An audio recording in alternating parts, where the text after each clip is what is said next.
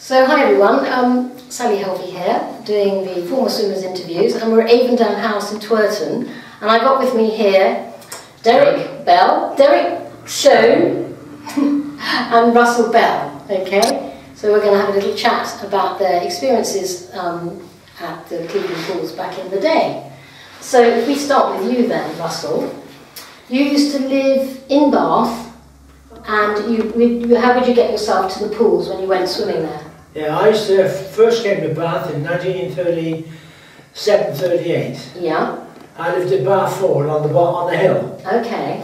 And as I say, I was always fond of the brook, you know, the By Brook. So water was second nature to me, you know. Yeah. I couldn't swim then. Okay. Then So, I moved into Green Park, yeah. where I learned to swim. Okay. So when you went to the Cleveland pools for the first time, what year was that? It must have been about 1941. Okay. So during the war. Oh yeah. And it was open then. Oh yes. Yeah. Did you have to pay to get in? It used to open April to October, I believe. Okay. And the water was freezing, really. Yeah. It was spring water. Yeah. So would you go at the beginning of the season, or did you go at the beginning of the season, or towards the end when it was warmer? Usually about the middle of April, Yeah. if the weather was nice, you know. Yes. But once you got wet, you got acclimatised to it, it was all right. And how about other members of your family? no, there was just myself. My brother was in the army. Ah, okay. And but my next door neighbour, Derek, a fellow by the name of Derek Statham, he was my real first friend, and he was my best man as well. And we used to go together. And of course, eventually there was about 5 of us. Okay. And did you use the diving board? A lot of people talk about the diving board. It was very springy, apparently. I'd done a bit of diving, but nothing special, you know. Yeah. Fred Castle, you heard of Fred Castle, have you? Rings a bell. He was the headmaster of our Oldfield School. Okay. And I was terrified of going up on the board, you know, the top one. But he made me go up there. And he got me to lay on the board with my feet hanging over like that. And he said, now put your head down here, put your hands behind you. He said, now touch your toes when I say go. And I went like that when he said go. I went straight over, and I done a perfect dive. And after that, I didn't mind diving from the top board. Oh, right, brilliant. And so what about you then, Derek? Did you do much diving? I don't know that I did at that time. It was more jumping in Yeah. the pool, because there's a difference between the platform and the surface of the water. Yeah. So it was jumping into the pool then, Yeah. and I must have been probably 11, 12, 13, because from where I lived in Englishcombe Lane, it was a cycle ride Right. out to the pool, and I noticed that when I went back on the open day, how steep it was going down to the pool, and that brought back memories of putting the bike against the railings and walking down to the pool. Yeah. So it's a very steep entrance, isn't it? And also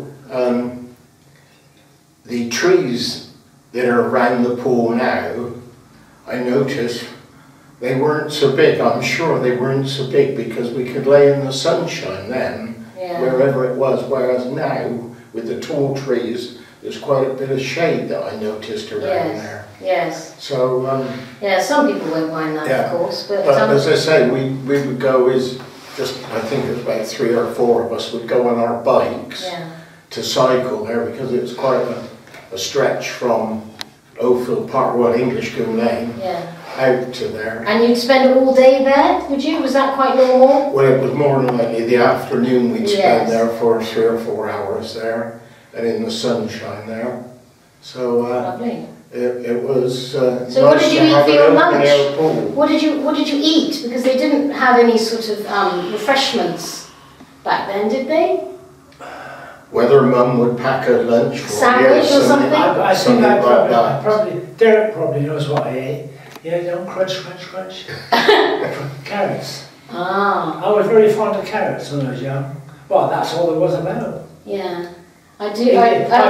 My friend Derek, he complains of that when we go on coach trips. I usually take a carrot with me. No, and I have had a lot of people say that they just take a jam sandwich and an apple, and you know, go get back home for tea time sort of thing.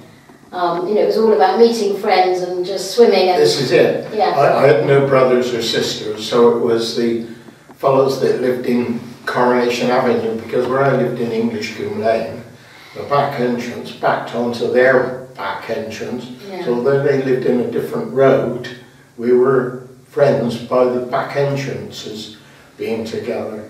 Okay. So, but I've lost contact with those, and probably I've outlived some of them. Well, can you remember, do you want to just tell us some of the names of you know, because this is going to go on my YouTube channel, so, you know, other people might be able to see it and maybe recognise a few names. Can you remember any names of people that swam there with you? I really can't remember.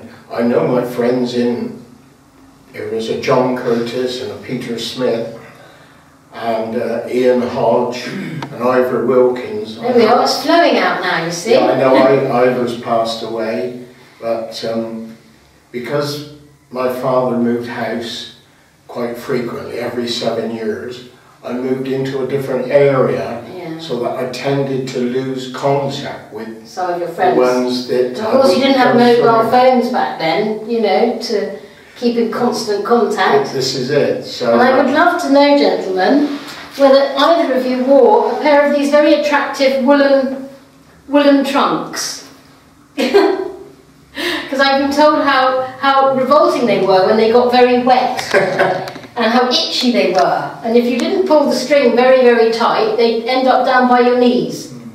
So is this the sort of thing that you had to wear? They were type of a woolen thing. Yes. Not like they are the shorts come very tight swimming trunks. No. The lycra and like all the that. Speedos? Yeah, no, nothing like that. No. But, I mean, did you have woolen ones? Can you remember if you wore woolly ones? We probably That your did. nan knitted for you? Maybe. Maybe, I don't know. I know we didn't do skinny dipping in those days, but, or did you? I didn't realise I was. So your trunks slipped off, did they? Oh, no. Oh, okay. No. What do you mean you didn't realise you were? Well, I went to... Well, what I do remember is the older gentleman wore swimming costumes. Oh, like an all-in-one? Yeah, Yes, like the yes. ladies would wear. Yes. So it was... No, So it stayed, and it stayed on you? to show your tummy button was It was a bit rude. This is it. Right. So us youngsters that just wore... Yeah, the short shorts. We were in a different breed Oh, from okay. the elderly. Yeah, well, you were trendy though, weren't you? So come on, I want to hear this story, Russell. Well, we went to a posh hotel, didn't we? You weren't with us. And Well, this is of recent times. yeah, this was just recent, a couple of years ago. Oh, okay. And we went swimming, and I got out, dried myself, wrapped the towel around He me. does want this kept confidential, Yeah, well, Mike. everybody knows about it now. So I might as well tell the truth and tell the story. Okay. And a friend of mine dropped his key for his locker. So he couldn't get the key from the bottom. Anyway, I went in and tried to get it with difficulty. And of course, when I went in, I dropped my towel. And then I went. Okay. And then when I got out, put the towel around me, carried on.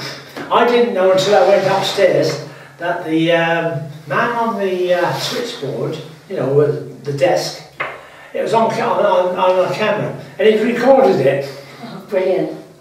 And I said, "You're not going to put that on?" He said, "No." He said, I'll wipe it off eventually." He said, Okay. He could have made that very public, couldn't he? Yeah. So have you got any memories like that? There was nobody else down there, only the two of us, you see. Okay. And I thought, I'll whip it up. Oh, He was okay, going to I be there see. ages trying to get that key. Yeah. And anyway, it was a bit of a laugh. I said to him, "Don't say anything about it, otherwise..." First thing he did when we went to dinner is told everybody.